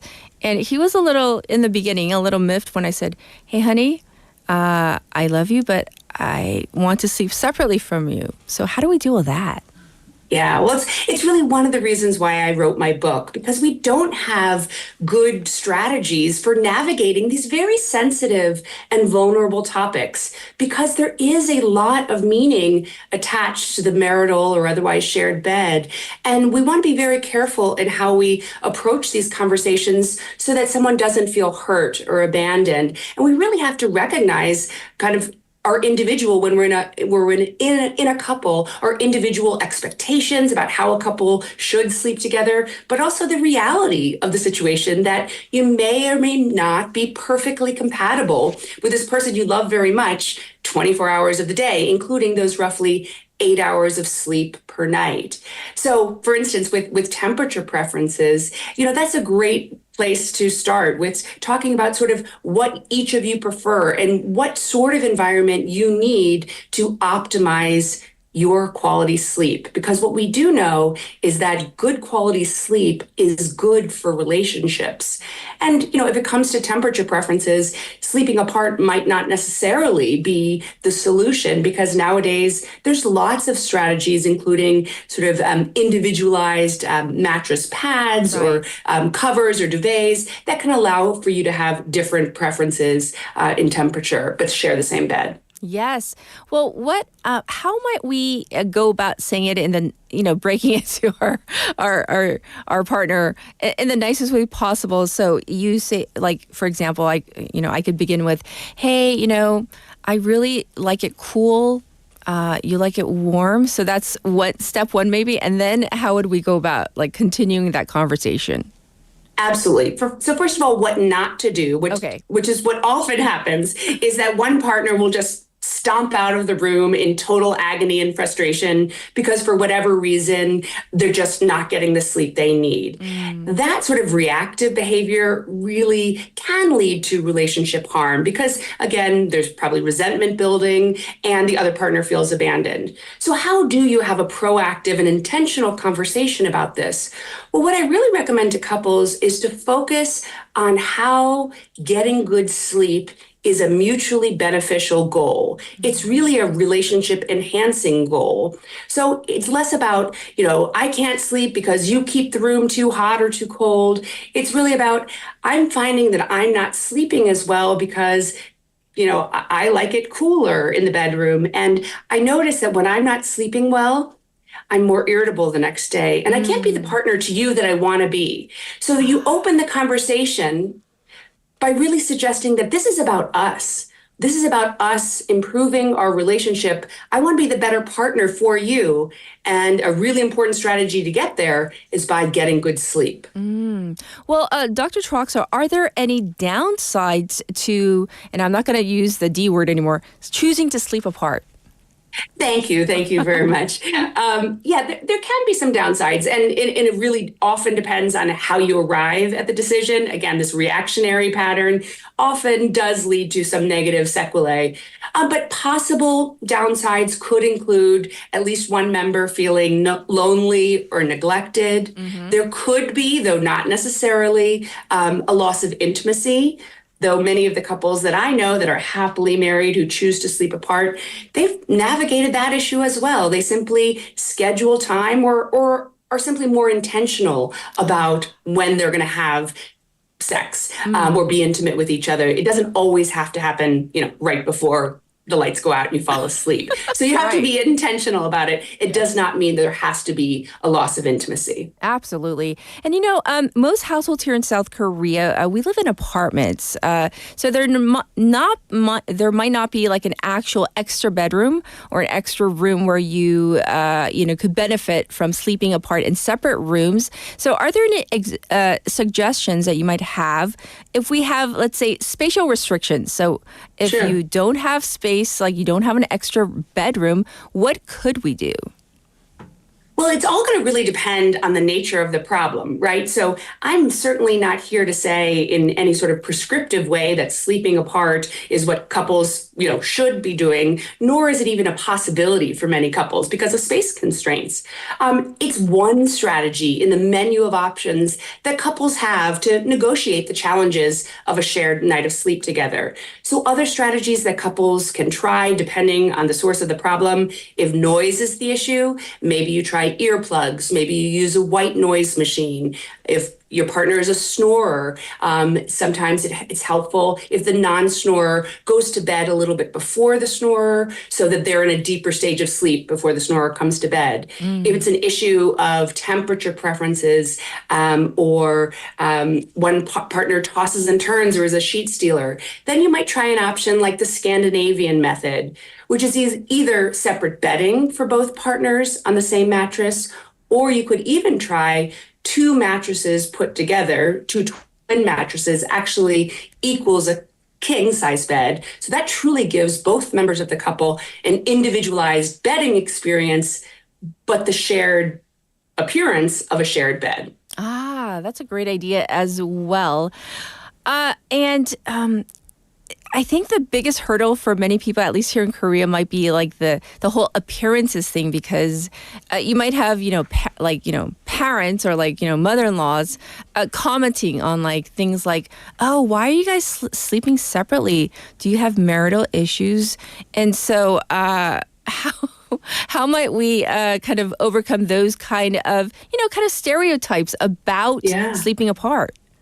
Well, there's so much stigma and shame around this topic, right? And, I have to really, again, one of the reasons for writing my book and really bringing the science into this conversation so that we move away from just these societal should do this or should do that. But this is one of the most intimate behaviors and important health behaviors a couple can engage in. So we really don't want to be sort of ascribing or relying on the beliefs of others to dictate how we engage in this critically important and intimate health behavior. So I think some of the issues for some couples having, for instance, the Scandinavian method bed, that is a way to overcome sort of the appearance, which can create stigma. But I think it's also important for couples to feel empowered to say, this is our choice. Because sleep is really important for us both being the partners we want to be. And we've found that by sleeping apart, at least some of the time, we're able to actually have a healthier and happier relationship. And you might be surprised what the reaction is. It's sort of like when these celebrities come out and say that they sleep apart from their partner. First of all, there's sort of shock and awe. But then I think a lot of people start to wonder. And as this becomes more normalized, as by the way, it has been in other parts of history. It used to be sort of on trend to sleep apart. I think that this normalization is also helping and to reduce that stigma. And that's good for couples because it should be a couple level decision, not society's. Yes, yes. And in addition to that, personally speaking, I remember when my kids actually questioned me saying, did you and Dad get into a fight? Yeah. So I was trying to explain, and I was kind of taken aback. It hadn't even crossed my mind that my kids might think like there was an issue. When there wasn't, it was just a sleeping issue. So they pick up everything. Yes, yes. So, is it okay to address the kids in the same way? Pretty much explain it. It's a scientific thing. Mommy needs her sleep. Well, I think it's actually a great it's a learning opportunity. Talking to your child about, how you feel depending on the age of the child, when you miss a nap or when you don't get the sleep you need, you might feel grumpy or irritable, or you can't perform well at school, or you might not be as nice to your friends. Well, I was finding that I wasn't sleeping well, and therefore, I wasn't being as nice to Dad as I wanted to be. And so this is a strategy for us both to get better sleep, but we still love each other. And in fact, we're doing this because we care so much about our relationship that we want to behave well. And we all know that we behave better when we're getting the sleep we need. So it's actually a great learning opportunity to emphasize to your children as well the importance of prioritizing sleep as a fundamental aspect of our well-being and our health. Right, right. And as our final question, since you're the expert, Dr. Troxell, can you give us some advice, regardless of age or gender, to how to get a really good night's sleep? What would you say? Okay, so across the ages, here are my top tips for getting a good night's sleep. Number one, it starts in the morning. Have a consistent wake-up time. That is 7 days a week, ideally. Try not to sleep in too much on the weekends because erratic sleep schedules disrupt our circadian rhythms, which can harm our sleep. Try to get some morning sunlight along with that consistent wake-up time. Have a relaxing or calming wind-down routine prior to bedtime. So that might involve taking a bath or a warm shower, listening to music, cuddling with your partner or your spouse, reading a book to your children. That sort of wind-down routine helps to set the stage for a good night of sleep. And certainly avoid excessive alcohol or caffeine, both of which are powerful sleep disruptors. Ah, yes. And one last one I want to squeeze in before I let you go. There's this kind of trend on social media where people are making these so-called sleepy girl mocktails, cherry juice plus magnesium powder and is it soda or something like that? But do those concoctions really work, or just, stay away from those things? Well, in general, I would suggest avoiding getting your medical advice from TikTok. I would really reserve that for your actual trained professionals. Right. However, some of the ingredients that are in the Sleepy Girl mocktail, including magnesium and tart cherry juice, have been shown to have relaxing and potentially sleep-promoting properties. So it's absolutely plausible that this could benefit sleep, though I'm here to say that there's been no rigorous, scientific studies to prove its efficacy. And what's probably more important than the cocktail or mocktail itself is the ritual of having a soothing, pleasant drink to have as part of your nighttime wind-down routine to prepare yourself for bed. So whether you, actually put together the Sleepy Girl mocktail or have a warm cup of herbal non-caffeinated tea, or even warm milk, this can be part of a wind-down routine that helps to, again, set the stage for a good night of sleep. Well, thank you for giving us such good advice and expertise and tips. And I certainly hope, we have listeners chiming in saying, Leslie, for example, Dr. Troxell says, my spouse and I have separate rooms, best thing we could have done for our relationship. So that is one of our listeners who definitely does believe in choosing to sleep apart if necessary. Thank you so much for your time and expertise, Dr. Troxell. Thanks so much for having me. It was a pleasure. All right, everybody. This was our special interview, and I'm going to change the wording. So instead of calling it a sleep divorce, it's choosing to sleep apart. And for those of you who are considering it, maybe you can take Dr. Troxell's advice and do it gently, nicely. Use the scientific information so that your partner doesn't get offended when you suggest it. And with that, let's take a break. Here is 외톨이야 by CM Blue. 외톨이야 외톨이야 외톨이야 외톨이야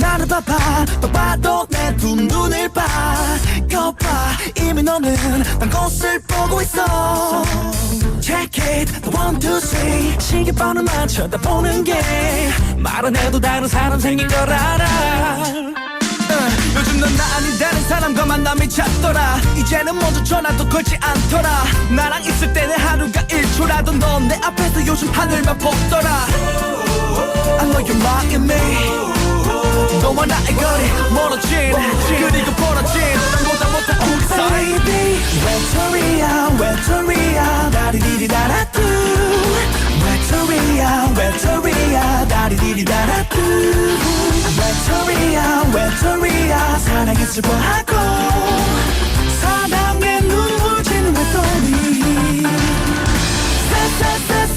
Sad tonight 가슴이 아파 Oh no no no no nobody knows 맘 몰라 1, 2, 3, 4, 5, 6, 7 and 9 수많은 밤을 새우며 나를 달래고 있어 차라리 다른 사람 생겼다고 내가 싫으면 싫다고 차라리 솔직하게 말해줬다면 난 너를 죽도록 미워하진 않았을 텐데 Check it 1, 2, 3 말을 되새겨봐도 이리저리 둘러대는 거짓말이야 Oh baby 외톨이야 외톨이야 다리디리다라뚜 외톨이야 외톨이야 다리디리다라뚜 외톨이야 외톨이야 사랑에 슬퍼하고 사랑에 눈물 지는 외톨이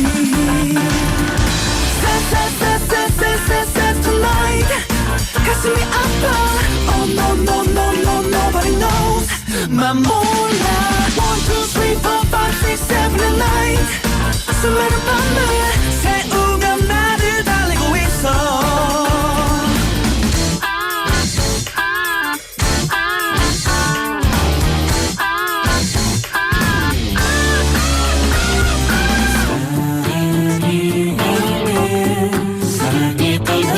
한 사람을 그리고 한 사랑을 내게는 익숙했던 모든 것들을 그래 나 억지로라도 너를 지워야겠지 날 버린 널 생각하면 그래야겠지 Gone, my love is gone 외톨이야 외톨이야 다리디리다라뚜 외톨이야 외톨이야 다리디리다라뚜 외톨이야 외톨이야 사랑이 아파하고 사랑을 기다리는 외톨이 Sad tonight 꿈이길 원해 Oh no no no no nobody knows 날 몰라 1, 2, 3, 4, 5, 6, 7 and 9 수많은 밤을 새우며 눈물 흘리고 있어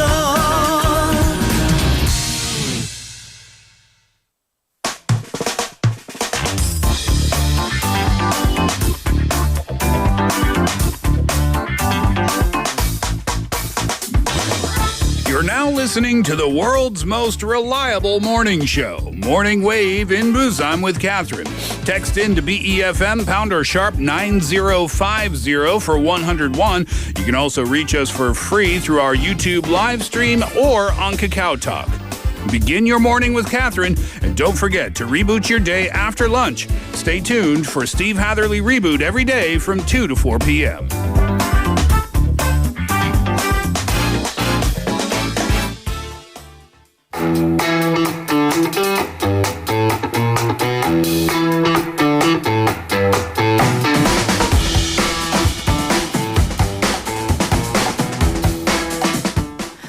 It's time for our final segment for today. For the entire week, we have Laura in the studio for What in the World. Yoo-hoo! Good morning. How are you? Wonderful. It's Friday. Yes. Hey, real quick with the sleeping preferences. Yes. So, do you have the same sleep preferences as your partner? So my partner likes to sleep anywhere, everywhere, and he snores like a bear in the winter. So my sleep has been, and also I have a very young daughter. She's not even 2 yet. So my sleep has been terrible for the past, I don't know, 3, 4, 5, 6, 10 years, 11 years. Yeah, because I've had kids, young kids, for that span, and then a snoring husband. So when he goes to Seoul and stays for a few days, because he works in Seoul half the week. I mean, for the sleeping. And I'm just for the sleeping. Where's the noise? Yes. This is magic. Do you miss it? No. Okay. I miss him. But not the snoring. And then I'm like, oh, it's nice to be together. And then he's like, and I'm like, yeah. Here we go Get again. out. So I like this idea of sleeping separately, at least a couple of nights a week, especially to get good quality sleep. So quality sleep is very important. So important. All right, let's dive into our stories. What do you have for us? Okie dokie. So today we've got, what in the world? We've got a few stories that are nothing crazy, but actually quite uplifting and, gonna make us feel good on this Friday morning if the weather hadn't done that for us already. So as we know, Kat, that reading is very important. Reading is the key to a healthy, happy brain, right? And so Storybook Maze is the title of our first story. Storybook Maze? Yes. Like a real maze? No. Oh. 3 years ago, no. 3 years ago, Araba Maze is a lady. She was reading a book to her niece on the front stoop or step of her house. She lives in Baltimore. And she was just reading, turning the pages, and there was, Tum-tum. These local kids came and joined her. Oh. And so these local kids were like, oh, she's reading a book. And so they came and sat on her step, and it ended up this little kind of storybook session, right? How cool is that? And so she finished the book for her niece and then these other kind of children who had gathered around. And they were like, read us another one, read it. And she's like, go home and read. Like, go home, read your books.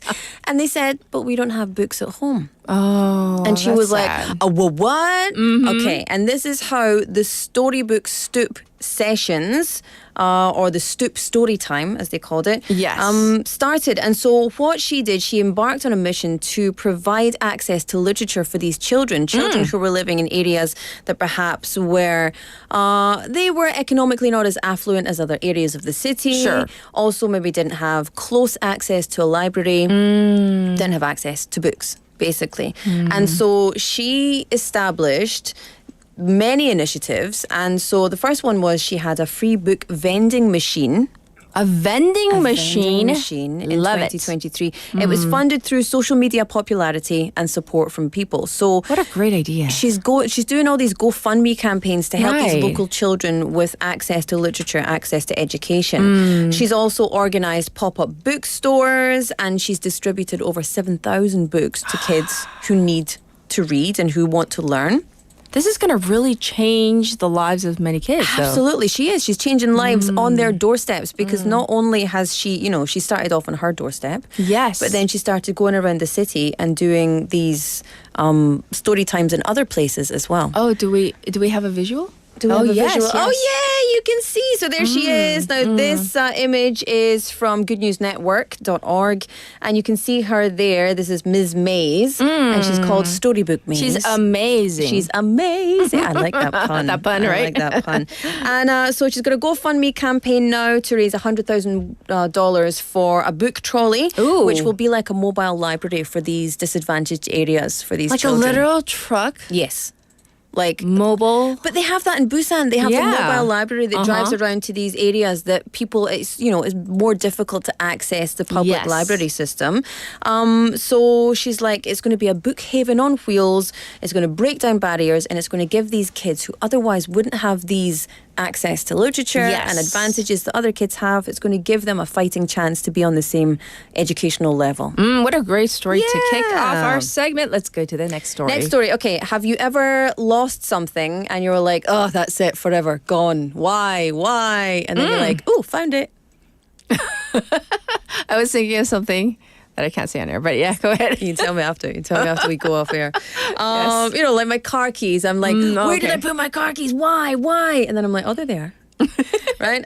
So the reason I'm asking this is because dog tags. That people in the military wear. Dog tags. It's a necklace, and it's just this little piece of metal, and it's got your name number, and your ID number, and your name, right? Very basic. So there's a story about this Vietnam veteran, and we'll get a picture up on the screen soon. And he was reunited with his lost dog tags after 56 years. Oh. 56 years. I misread the title.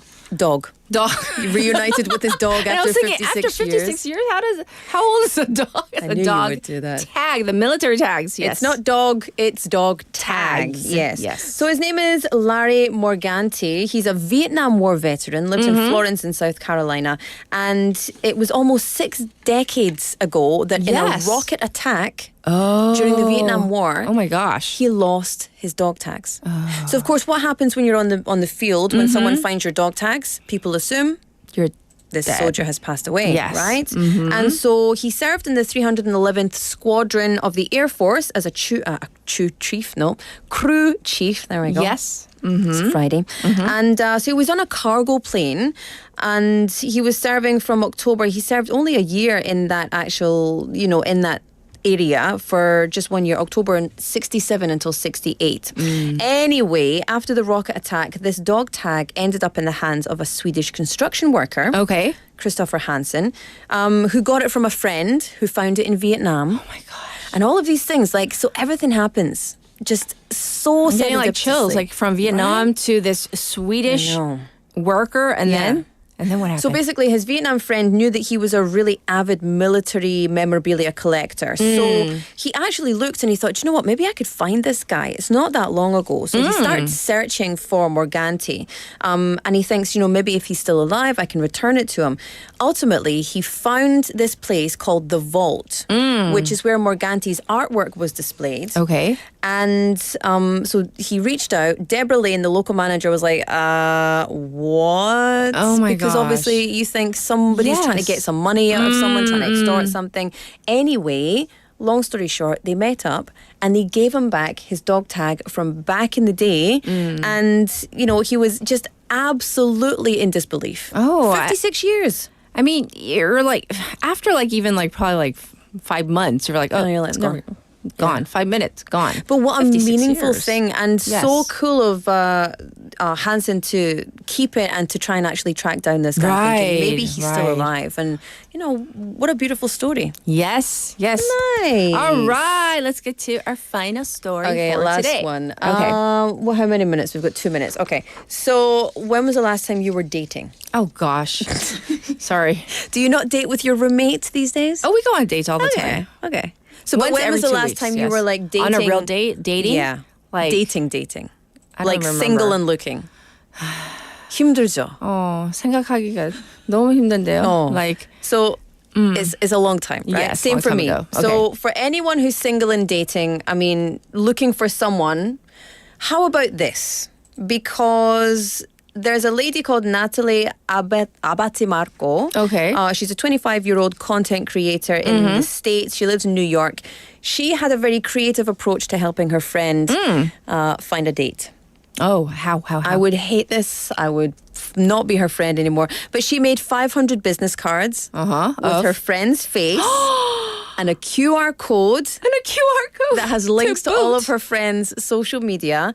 And they were all going out in New York City, New York, baby, and handing these cards out to eligible men. And I would be mortified. Absolutely mortified. But maybe secretly but what if somebody gets in touch with you? But maybe they'd be like, that's very desperate. So you can see, we've got a little image there from Fox News. You can see her face. She's gorgeous, and they're in New York City, and they're out and about. Basically, she on her social medias, she's been taking videos of them putting these business cards in guys' hoods. So if they're wearing a hoodie, they just drop it in the hood. Oh my god! Or hand it to them and just walk away. How would you feel?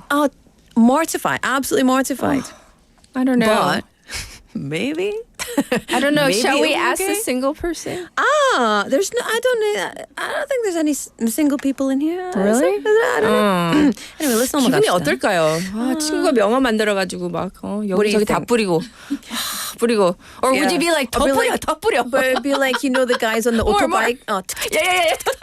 But it's of your friend. 불법이지만 That'd be hilarious, though. But it's not unique. This is a Yes. very creative approach, but it's not unique. Many people have done this before, like custom stamps with pickup lines, etc. Sure. But a lot of women are actually saying, no, hate it, I'm sober. I'm boy sober. Or guys are saying, no, I'm girl sober. Or just anyone, whoever's dating anyone. They're like, no, I am sober from this kind of dating life. Yes. Because it's tough. It's too much pressure. It's a jungle out there, Kat. Yes, it is.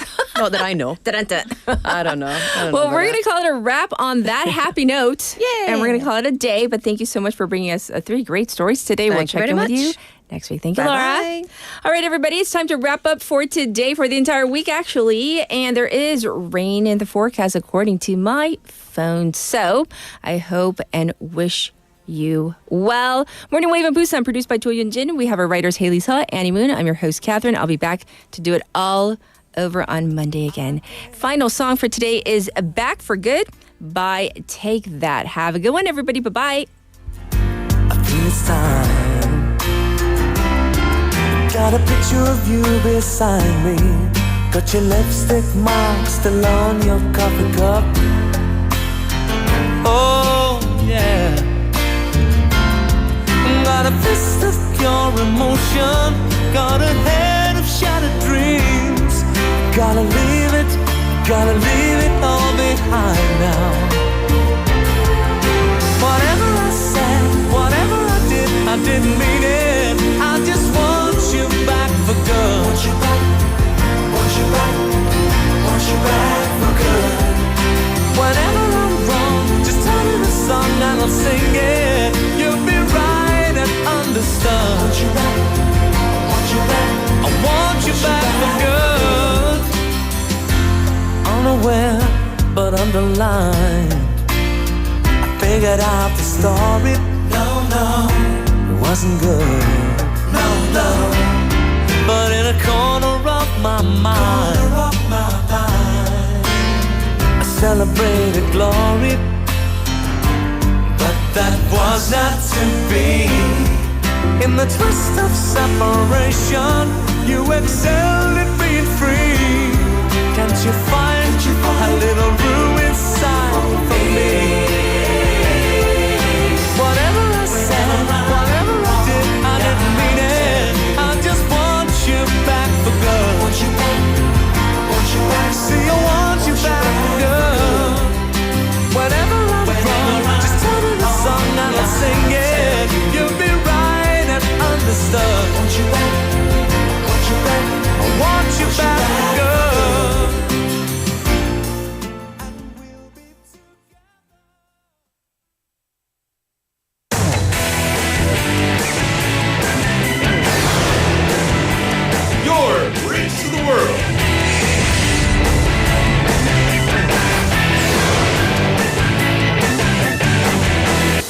befm, 부산 영어